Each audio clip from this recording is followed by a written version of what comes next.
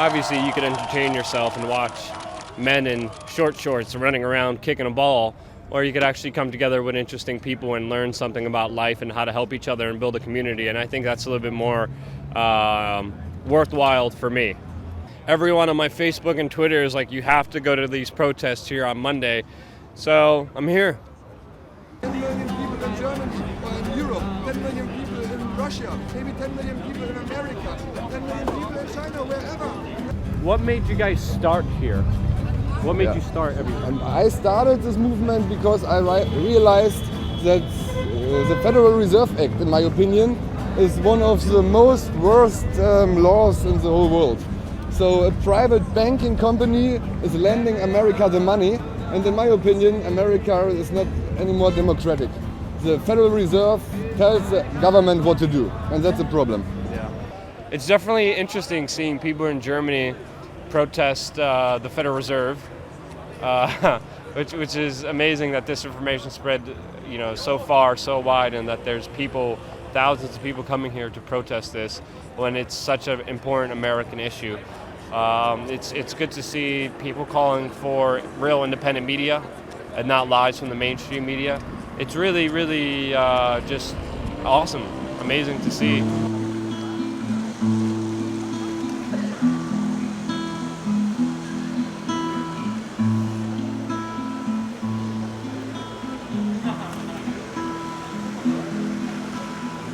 If a black man is racist, is it okay?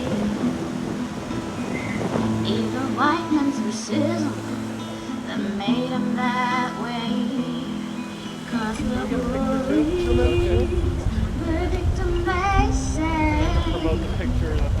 by themselves. They're all the same. Das ist eine ganz, ganz große Nummer in Amerika, in New York, die jetzt hier gerade mich interviewt hat. Die haben Occupy Wall Street vom ersten Tag an gemacht und sind die Letzten, die da rausgegangen sind mit den letzten Jungs. Also das ist eine ganz große Nummer, die haben eine riesen Reichweite und das ist genau das, was wir immer gesagt haben. Wenn Amerika und die Welt mal mitbekommt, dass wir in Deutschland auf die Straße gehen, in einem Land, dem es so vermeintlich gut geht, wirtschaftlich und sozial und wie auch immer, dann nehmen sich andere Länder an uns ein Beispiel nochmal und gehen vielleicht friedlich auf die Straße. Und stellt euch doch mal bitte vor, wir haben mal 30 oder 40 Millionen Menschen auf der Straße, die für Frieden auf der Straße stehen und für eine Änderung dieses Systems, in dem wir leben. Call the line between wrong and right. Either wise for the threat from a spider's web. I've been traveling everywhere, all over the world, all over the US. There's one common thing. People just want a better world, not the world that's constructed for us by these government and corporations that pretty much get away with all the horrible acts: murder, spying, treason, polluting, destroying our way of life. People just want to live. People just want to be happy. I could tell you to go to war. I could march for peace and fight no more. How do I know which is right? And I hope he does when he sends you to fight.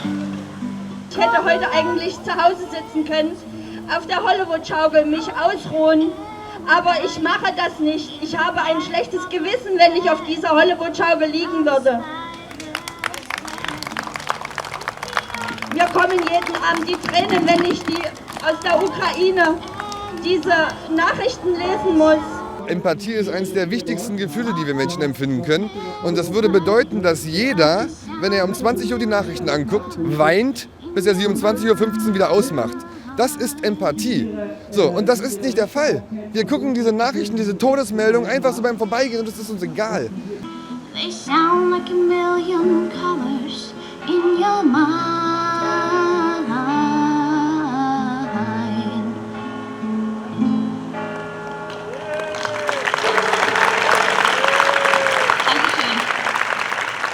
Zeigt mir doch mal bitte, wer schon öfter als einmal auf einer Mahnwache war. Wow, sehr schön. Haben wir hier auch welche, die zum ersten Mal heute hier sind? Oh, immerhin auch eine Handvoll. Herzlich willkommen, sehr schön. Das sollte mehr werden. Und nochmal, dass heute ein Deutschlandspiel gewesen ist und dennoch so viele Menschen hier stehen, ist ein Riesenzeichen für euch und ein Riesenerfolg für uns alle. Also feiert das nochmal richtig.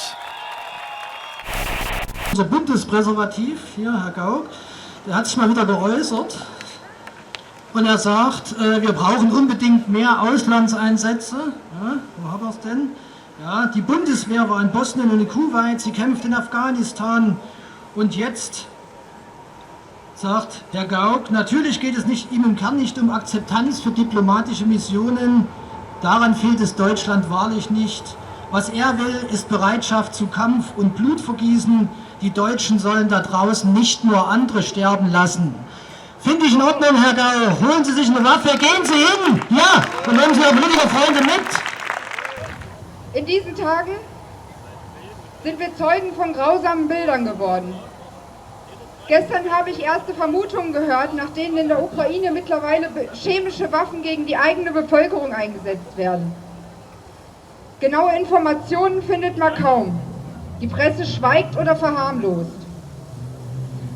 Die Regierung weicht keinen Millimeter zurück bei der Unterstützung des faschistischen Regimes in der Ukraine und von ihrer verheerenden Kriegspolitik. Stattdessen wird sie die Fußball-WM nutzen, um Gesetze und Abkommen gegen den Willen der Bürgerinnen durchzupeitschen. 20.000 halbautomatische Gewehre hat die Ukraine in den vergangenen 6 Jahren an deutsche Zwischenhändler verkauft.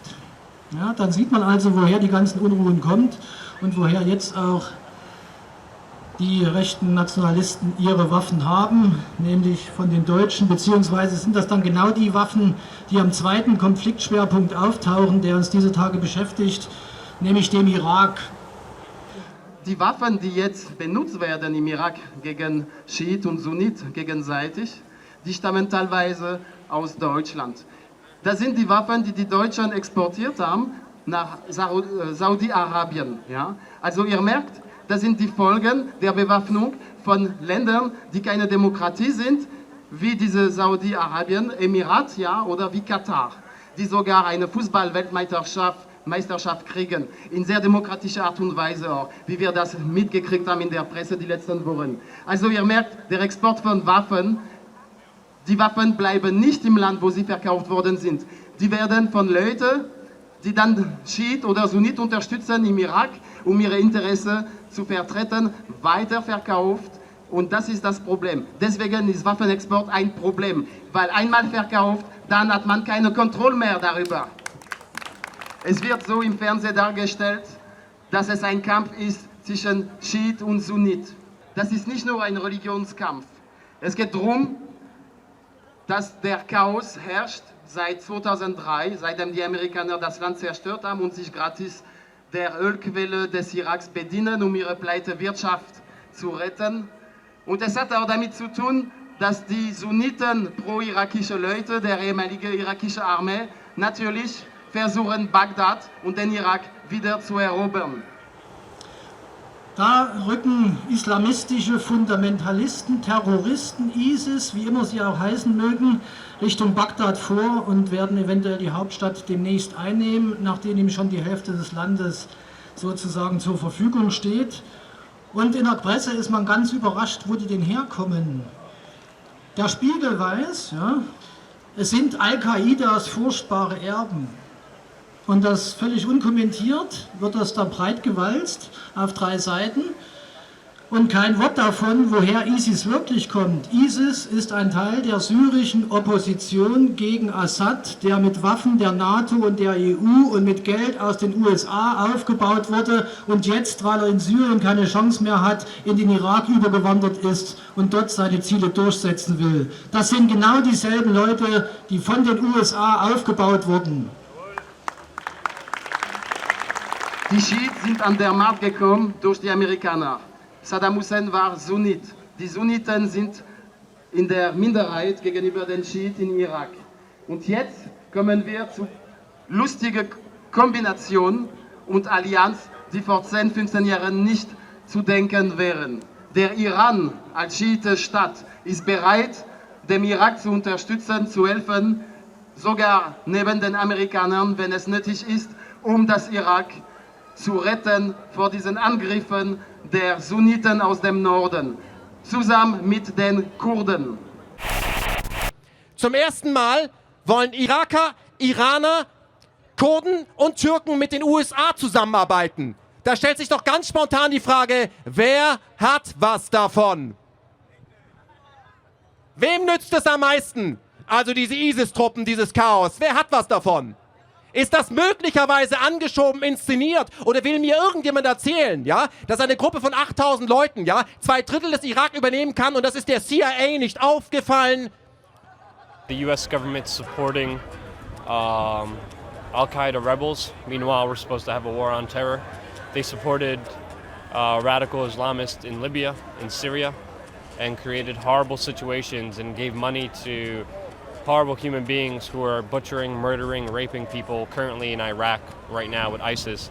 And these men wouldn't be as powerful as they are. These men wouldn't have the weapons that they have if it wasn't for Western intervention, if it wasn't for NATO, US, Saudi Arabia, and Qatar playing politics and creating more terrorism so they could have another military-industrial complex system that just revolves around themselves and keeps feeding itself. To me, that is the biggest atrocity that's happening right now. It's not mainly an American issue, but it's a human issue because humans right now, at this very moment, are being affected by it directly, especially in Iraq. Weil man selten über das Lügen redet, wissen viele Leute sehr wenig darüber und können weder erahnen noch sicher erkennen, wenn jemand lügt. Nur weil es gesellschaftlich geächtet und moralisch kritisiert wird, so wird es doch die ganze Zeit gemacht. Warum? Weil es eine nützliche, einfache, effektive Technik ist. Und solange die Lüge ein Tabu bleibt, werden wir nicht darüber lernen, nicht darüber reden und kein Immunsystem dagegen entwickeln können. Sondern wir werden hilflose Menschen bleiben, die immer wieder hoffen müssen, vielleicht mit Glück kein Opfer einer Lüge zu werden, die ihr Leben zur Hölle macht.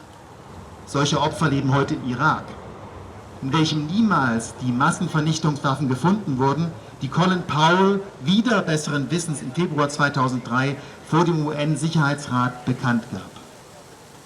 Solche Opfer leben auch in Pakistan, wo seit 2004 schätzungsweise 2300 bis 3700 Männer, Frauen und Kinder durch US-Drohnen unter anderem auf Hochzeiten, Feiern und Beerdigungen unter Beschuss genommen werden, während US-Präsident Barack Obama diese Menschen unter der Bezeichnung militärische Kämpfer abtut, was nur für eine kleine Minderheit der Toten tatsächlich zutrifft.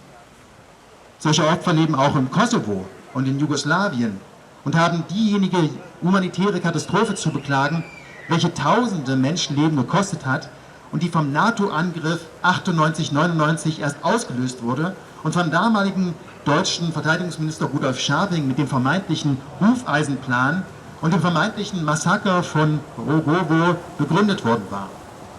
Nach dem Stand der aktuellen Geschichtsforschung entsprachen beide Behauptungen nicht der Wahrheit. Die Bevölkerung der kriegerischen Nationen haben diese Katastrophen erlaubt, weil die Bevölkerungen nicht imstande waren, die Lügen ihrer Regierungen zu erkennen. Jeder Mensch, der sich zum Experten für das Lügen gemacht hat, schwächt die Wirksamkeit der Lügen anderer in seinem eigenen Leben und Umfeld. Warum? Weil er Lügen erkennt. Eine soziale Verhaltensweise wird dann für Menschen uninteressant, wenn sie unwirksam wird. Wenn die Menschen nichts mehr mit einem bestimmten Tun erreichen können, dann sparen sie sich die Mühe.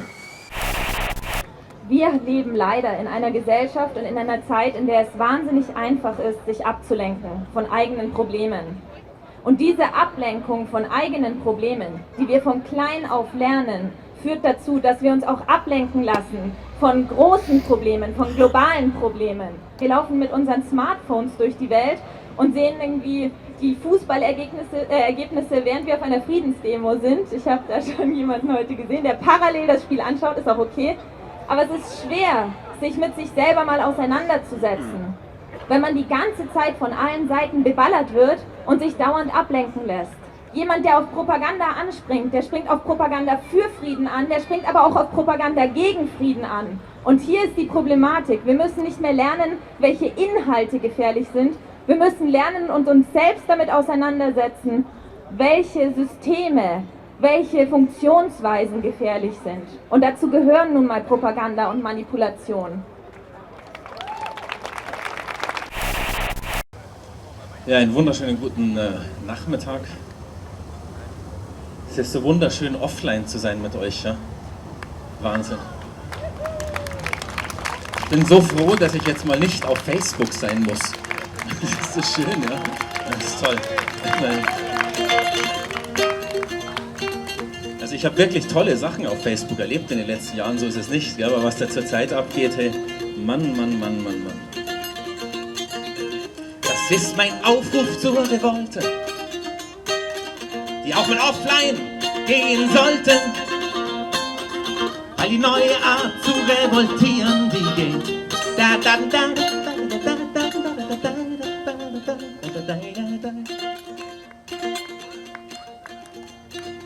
Jetzt habe ich ja aber im Autoradio gehört und es war natürlich wieder schrecklich, ja? Also Nachrichten unglaublich. Jetzt haben wir uns gerade mit diesem einen Kriegs- und Krisenherd in der Ukraine beschäftigt, jetzt geht es im Irak wieder los, ja? Es ist unglaublich.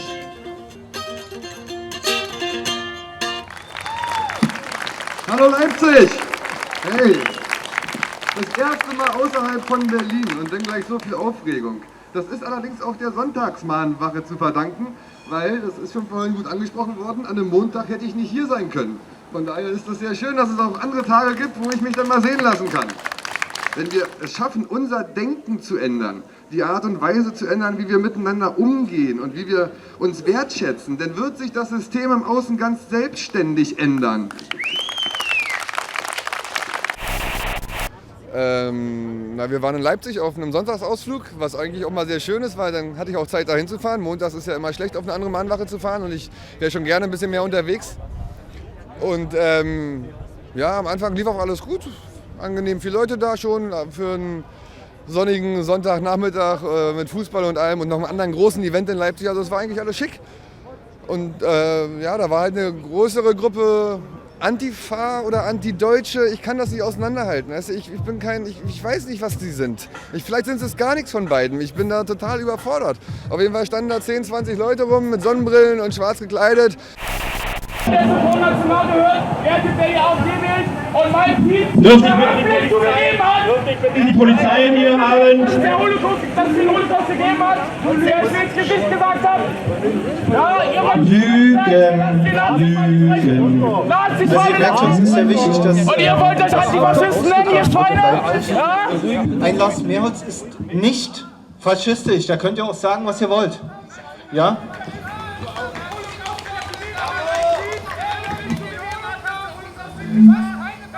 Wir sind hier, um für Frieden zu stehen und nicht irgendwelche Diskussionen über rechts, links, sonst irgendwas. Nein, wir wollen Frieden. Wir haben Angst vor Krieg und müssen uns sowas nicht geben, weil das ist ein Zerstören für einen friedlichen Kampf, für den Kampf unserer Kinder. Und dazu sollten wir stehen.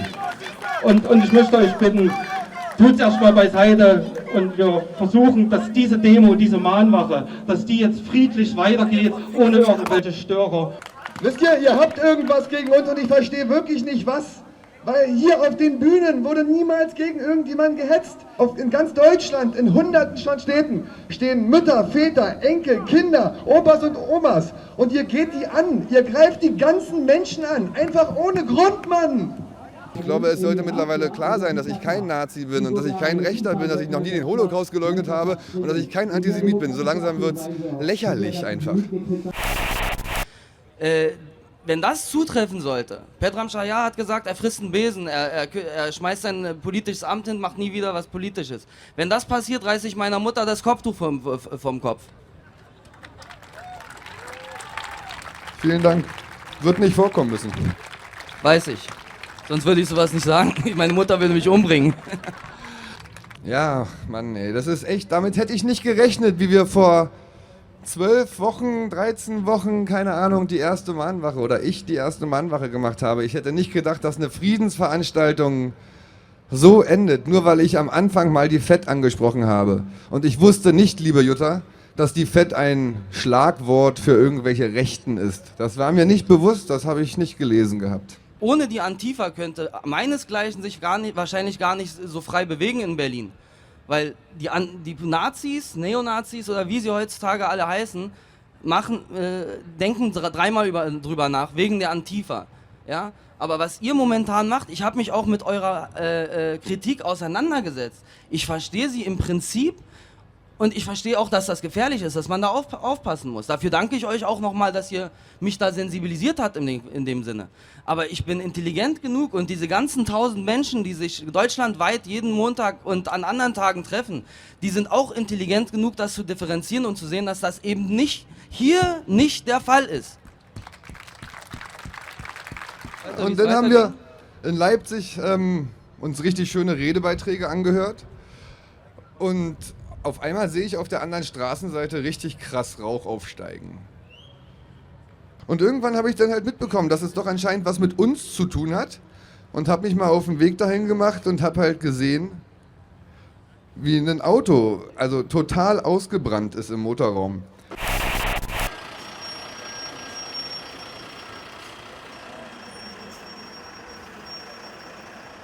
Also die Jungs, die da rumstehen, ich weiß nicht, wer das ist, ne, die haben gesagt, da sei ein Auto reingefahren. Ne, deswegen habe ich gerade erstmal nochmal eine deeskalierende Rede gehalten, solange hier die Tatsachen nicht geklärt sind.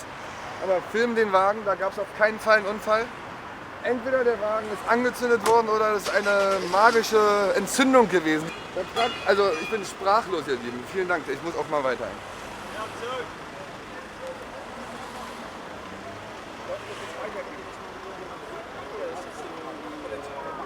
Ich habe das Auto abgestellt, da drüben abgeparkt vernünftig, obwohl ich eigentlich hätte lieber hier stehen bleiben sollen. War mir eigentlich schon irgendwie, ich wollte eigentlich gar nicht das Auto umparken, aber wie das denn so ist mit Polizei und dies und das. In Berlin ist das alles ein bisschen lockerer, da kann ich auf dem Potsdamer Platz komplett mich hinstellen mit dem Trailer. Ja. Das Problem ist, dass ich mich eigentlich ganz doll darauf gefreut habe, morgen zum 14. Mal auf dem Potsdamer Platz bei der Montagsdemo dabei zu sein mit meinem Trailer, mit einem großen Transparent hier. Wir fordern Frieden, wir fordern die komplette Entmilitarisierung der Erde und dergleichen. Ich habe da im Auto schon neue Transparente drin liegen. Das ist eigentlich ein Geschenk von mir hier an Leipzig, dieses Transparent, das große. Ich habe die Rauchsäule gesehen, es war also nur weiß, ne, diesen Rauch. Und er meinte schon, es könnte eventuell mein Auto gewesen sein. Ja. Ich habe mir gedacht, das kann doch nicht sein. Das kann nicht wahr sein. Ja. Und dann war es tatsächlich sein Auto. Ich bin total traurig darüber und fassungslos und eigentlich bin ich traurig. Also ich bin eigentlich traurig darüber, ja. Ja, was ist denn passiert? Ein Kabelbrand bestimmt, oder? Also ich war vor Ort und habe mir das angeschaut und der ganze Motorblock ist ausgebrannt. Ich meine, es kann schon sein, dass es die Batterie gewesen ist. Es könnte sein, ja. Wie gesagt, es wird sich morgen rausstellen durch den brandsicherungstechnischen Dienst der Polizei. Der ist leider heute nicht verfügbar. Deswegen war ich eigentlich auch sehr bedacht darauf, dass das Auto nicht abgeschleppt wird und so weiter, dass die das gleich machen. Aber das interessiert ja keinen. Mein Anwalt hat gesagt, ich soll abwarten morgen. Wird sich rausstellen, ob das jetzt angezündet wurde oder nicht. Es spricht leider alles dafür, so laut Indizien. Und dann gibt es noch irgendwelche Internetbriefe, Bekennerbriefe, irgendwelche Seiten, die erstellt wurden und auch irgendwelche Ankündigungen soll es schon im Netz gegeben haben, wenn Lars Mehrholz nach Leipzig kommt, dann passiert irgendwas so nach dem Motto, da sind wir gerade noch auf der Suche nach dem Chat.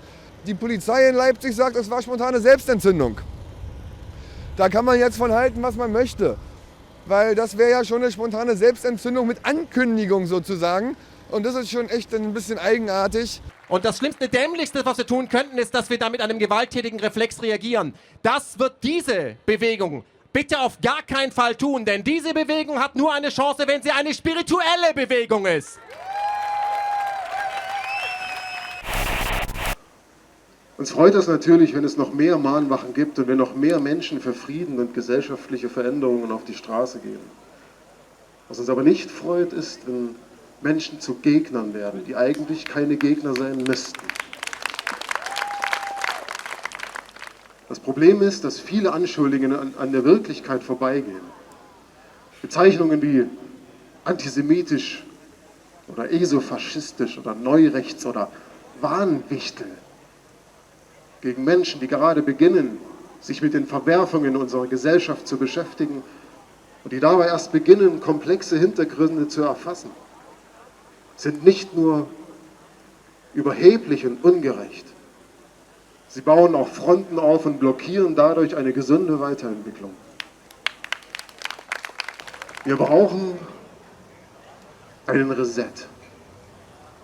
Wir alle, die ernsthaft an einem Weiterkommen interessiert sind, alle, die an einer starken Friedensbewegung interessiert sind, alle, die erkennen, wie wichtig es ist, zu handeln, endlich zu handeln. Wir brauchen eine große, eine offene und ehrliche Aussprache. Wir sind es denen schuldig, die nicht so viele Möglichkeiten für eine Bekämpfung der Weltprobleme haben wie wir, für eine Bekämpfung eines außer Kontrolle geratenen Kapitalismus. Wir sind es den Menschen im Donbass schuldig. Wisst ihr, wie wir dort wahrgenommen werden? Seid ihr euch bewusst, wie viele Menschen dort hier auf uns blicken? Dass wir Hoffnungsträger für verzweifelte Menschen sind? Seid ihr euch dessen bewusst? Ich sage an dieser Stelle, ich finde es kindisch, scheiße, weiß ich nicht, was ich alles dafür verwenden soll, wenn Lars und andere Leute als Nazis, Antisemiten und so weiter bezeichnet werden. Ich weiß, dass das nicht so ist. Ich denke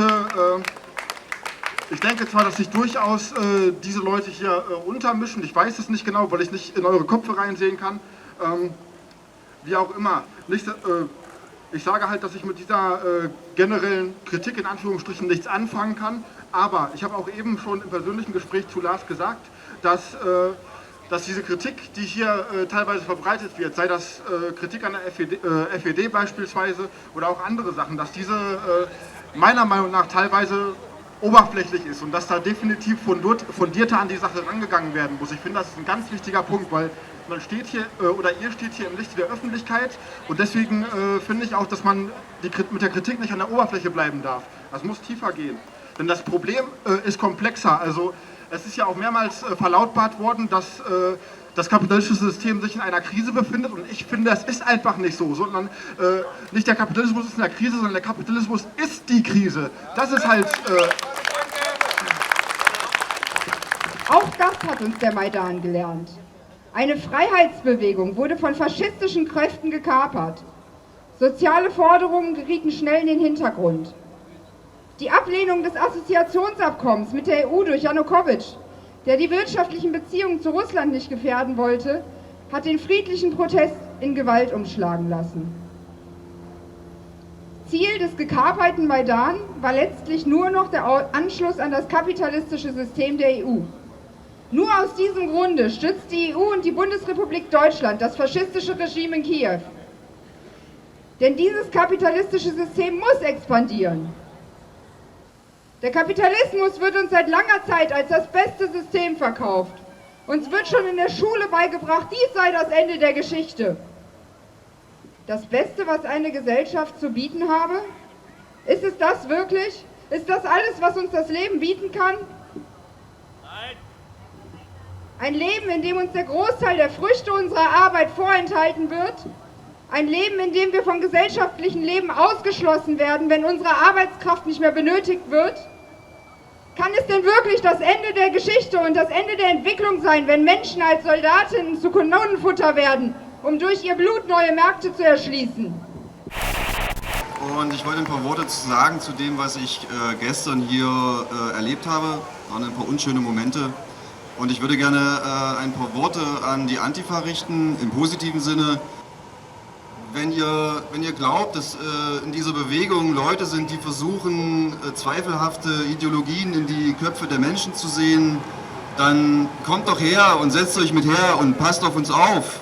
Aber nicht in einer aggressiven Form, sondern dann geht in den Dialog. Dann stellt euch hier ans Mic und stellt das in Frage, was die Leute sagen. Denn meine Überzeugung, was die Mahnwachen angeht, ist, dass wir alle mitbestimmen, welchen Geist die Mahnwachen haben. Danke. Ihr, die ihr herkommt, gestaltet diese Mahnwachen. Ihr macht aus den Mahnwachen, was ihr daraus machen wollt. Weil, googelt mal das Gesetz der Anziehung, ihr Lieben. Eure Gedanken, das hat Ken schon gesagt, Eure Gedanken schaffen Realitäten. Genau. Und zwar eure Realität. Und meine Gedanken schaffen meine Realität. Das ist wichtig zu verstehen. Es gibt nicht mal die eine Realität. Genau. Jetzt haben wir 7 Milliarden Realitäten und große, große Schnittmengen, wie zum Beispiel diesen Weltfrieden.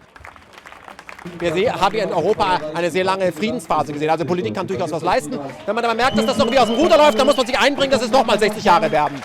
Also nicht darauf warten, dass irgendjemand, der das vorher geleistet hat, jetzt dann kommt und das wieder leistet, sondern jetzt sind halt wir mal an der Reihe, die Jüngeren, das weiterzuführen, was unsere Älteren an Frieden ermöglicht haben. Jetzt sind wir einfach mal dran. Das ist ganz einfach. Und dann dürfen unsere Kinder weitermachen. Wir machen einfach nur unseren Job. Es ist natürlich doof, als kleiner Mensch im Dunkeln, ganz alleine, ganz vorne, also wir alle, da ins Neue zu gehen, also Richtung Zukunft zu latschen und man hat da gar keinen, wie sagt man, Mentor oder irgendwer, der uns hilft. Wir sind eben die erste, also die Generation Nummer 1 oder die beispiellose Generation in Anführungszeichen, wie ich es neulich genannt hatte. Das heißt einfach nur, dass es noch keinen Vorvater oder Vormutter gab, die uns gezeigt hat jetzt, wie es geht. Es ist das erste Mal in der Welthistorie, dass die Menschheitsbewegung, also die Menschen selbst, unabhängig von den Staaten, jetzt eben mal versuchen, tatsächlich das erste globale Projekt der Mega Smart Mob Weltfrieden. Und den machen wir gerade. Und viele verstehen immer mehr ganz wohlwollend, dass diese sogenannten einfachen Dinge eben die großen und schwierigen Dinge sind.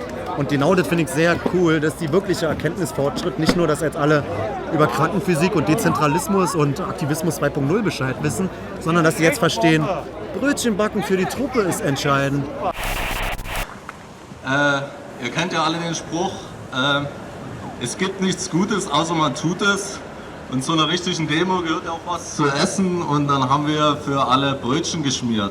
Also wer nie auf dem Fastentrip ist, der kann sich bei uns Brötchen abholen.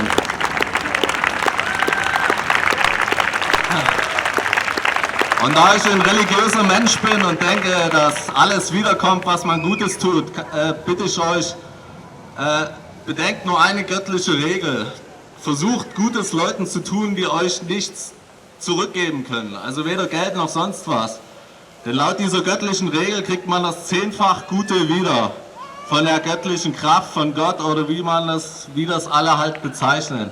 Probiert's aus, wir fangen heute damit an, indem wir einfach Dinge verschenken und dafür einfach nichts haben wollen. Danke. Ich bin sehr egoistisch. Ich stehe aus egoistischen Zielen hier. Ja, natürlich. Weil ich will in einer heilen, gesunden und friedlichen Welt leben. Versteh mich? Und meine Kinder auch vielleicht mal. Und das Geile ist, du und ich, wir sind so ja ehrlich, weil wir das nämlich sagen. Ich bin auch ein Mega-Egoist. Aber mein Egoismus ist so groß, dass der euer Wohlsein mit einschließt. Weil wenn es euch gut geht, dann geht es auch mir gut. Groß.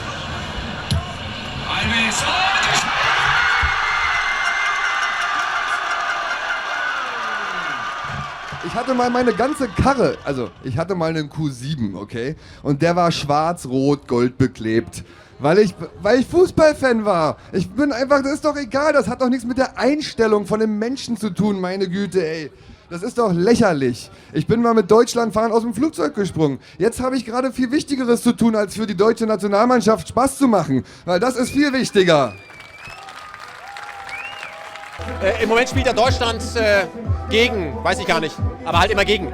Und ich wollte mal hier schauen, ob Leute da sind, weil die WM ist ja schon mal ein Thema, ist ja klar, aber es sind Leute da und das heißt, offensichtlich ist es so, dass Fußball wichtig ist, aber Frieden ist Leuten wichtiger. Wahrscheinlich verzichten Leute heute hier auf ein Spiel, um hier präsent zu sein. Das finde ich gut.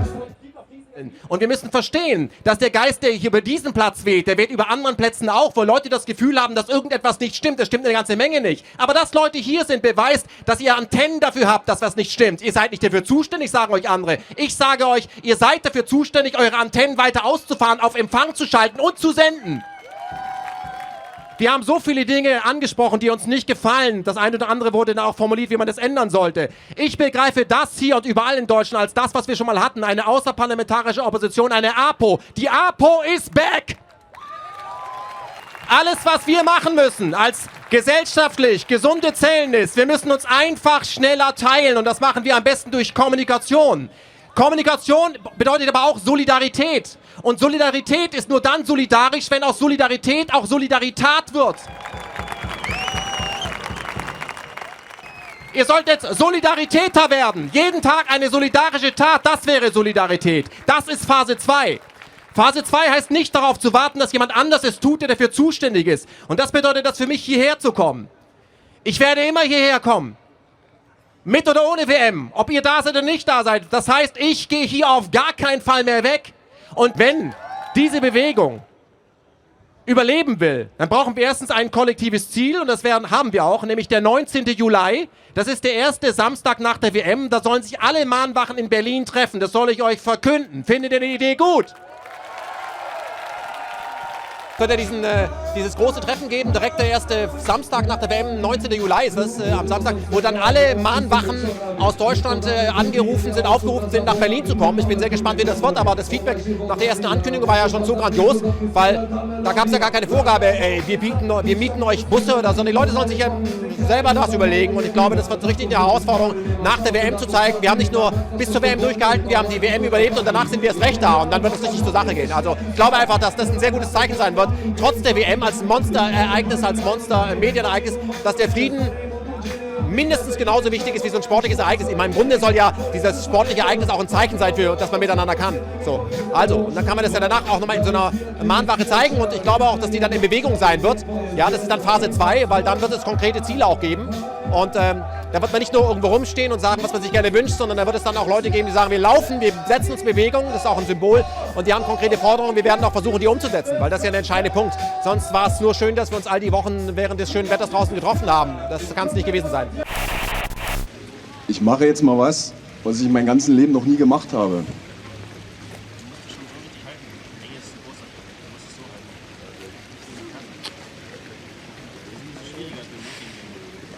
Für den armen Menschen, der das was mit dem Brand da geschehen ist.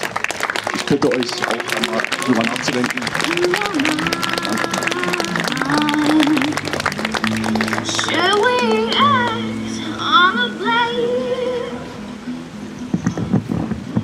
Also wirklich eine ganz großartige Geste. Also es ist natürlich überhaupt nicht abgesprochen und es ist das ist also völlig überraschend jetzt. Und natürlich nehmen wir eben das mit. So, das ist ganz großartig.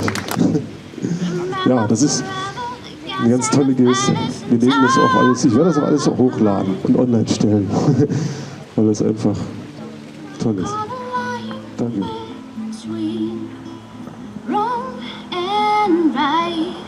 The wife of a threat from a spider's web.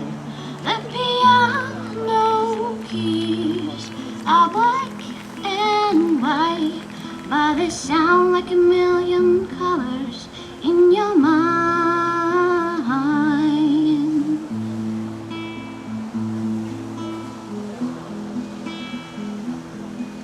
They sound like a million colors in your mind.